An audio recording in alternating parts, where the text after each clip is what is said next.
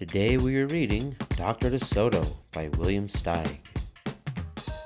Dr. Soto, the dentist, did very good work, so he had no end of patients. Those close to his own size, moles, chipmunks, etc., sat in the regular dentist chair.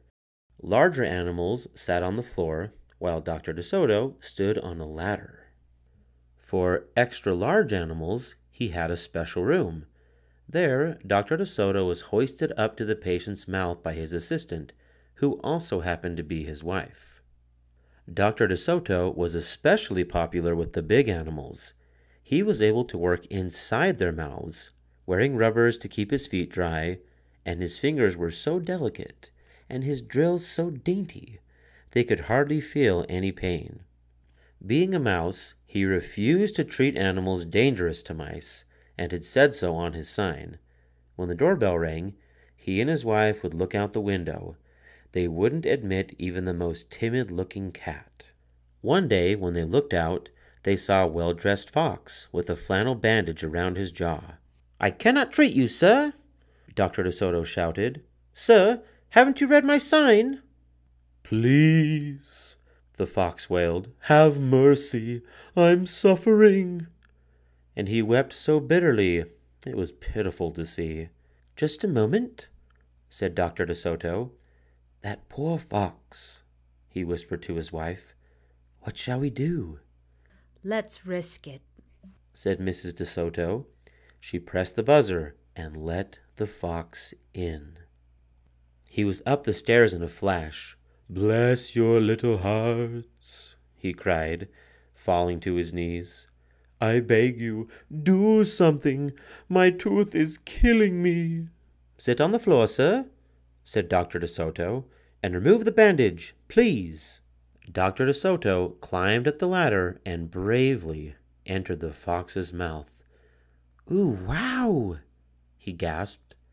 The fox had a rotten bicuspid and unusually bad breath. "This tooth will have to come out," Dr. DeSoto announced, "but we can make you a new one." "Just stop the pain," whimpered the fox, wiping some tears away. Despite his misery, he realized he had a tasty little morsel in his mouth, and his jaw began to quiver. "Keep open," yelled Dr. DeSoto. "Wide open!" yelled his wife. "I'm giving you gas now," said Dr. DeSoto. "You won't feel a thing when I yank that tooth." Soon the fox was in dreamland. Yummy," he mumbled. "How I love them raw, with just a pinch of salt and a dry white wine." They could guess what he was dreaming about. Mrs. DeSoto handed her husband a pole to keep the fox's mouth open. Dr. DeSoto fastened his extractor to the bad tooth. Then he and his wife began turning the winch. Finally, with a sucking sound, the tooth popped out and hung swaying in the air. "I'm bleeding," the fox yelped when he came to. Dr. DeSoto ran up the ladder and stuffed some gauze in the hole.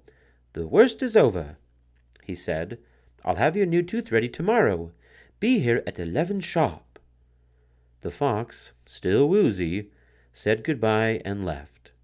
On his way home, he wondered if it would be shabby of him to eat the DeSotos when the job was done.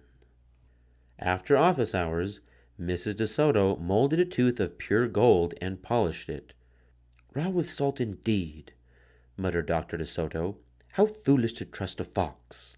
"He didn't know what he was saying," said Mrs. DeSoto. "Why should he harm us? We're helping him." "Because he's a fox," said Dr. DeSoto. "They're wicked, wicked creatures." That night, the DeSotos lay awake worrying. "Should we let him in tomorrow?" Mrs. DeSoto wondered. "Once I start a job," said the dentist firmly, "I finish it. My father was the same way." "But we must do something to protect ourselves," said his wife. They talked and talked until they formed a plan. "I think it will work," said Dr. DeSoto. A minute later, he was snoring. The next morning, promptly at 11, a very cheerful fox turned up. He was feeling not a particle of pain. When Dr. DeSoto got into his mouth, he snapped it shut for a moment, then opened wide and laughed. "Just a joke," he chortled. "Be serious," said the dentist sharply. "We have work to do." His wife was lugging the heavy tooth up the ladder. "Oh, I love it!" exclaimed the fox. "It's just beautiful." Dr. DeSoto set the gold tooth in its socket and hooked it up to the teeth on both sides. The fox caressed the new tooth with his tongue. "My, it feels good," he thought. "I really shouldn't eat them. On the other hand, how can I resist?" "We're not finished," said Dr. DeSoto, holding up a large jug. "I have here a remarkable preparation developed only recently by my wife and me. With just one application, you can be rid of toothaches forever.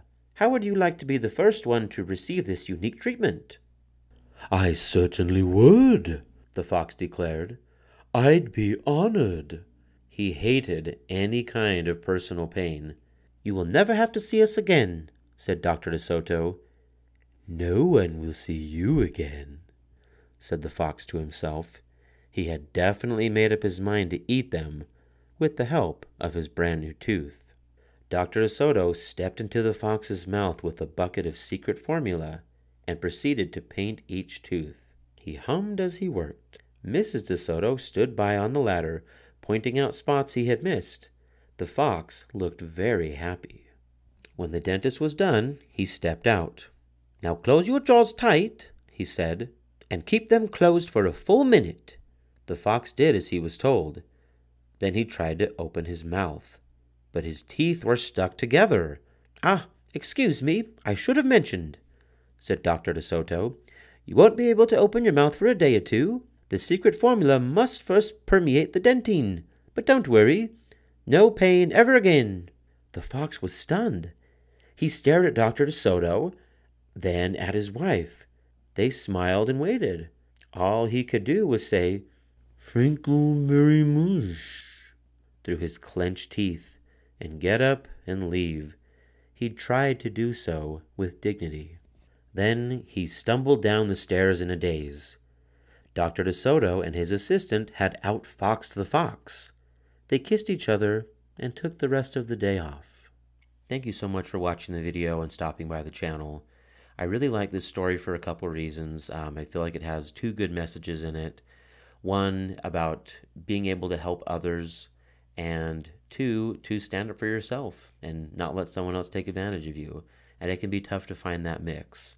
So I really like the way that Dr. DeSoto and his wife worked together to come up with a good plan to still help the fox, but do so in a way that made it so that he wasn't going to come back and hurt them anytime in the future.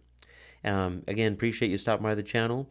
Please like the video and subscribe for more fun videos. Thanks.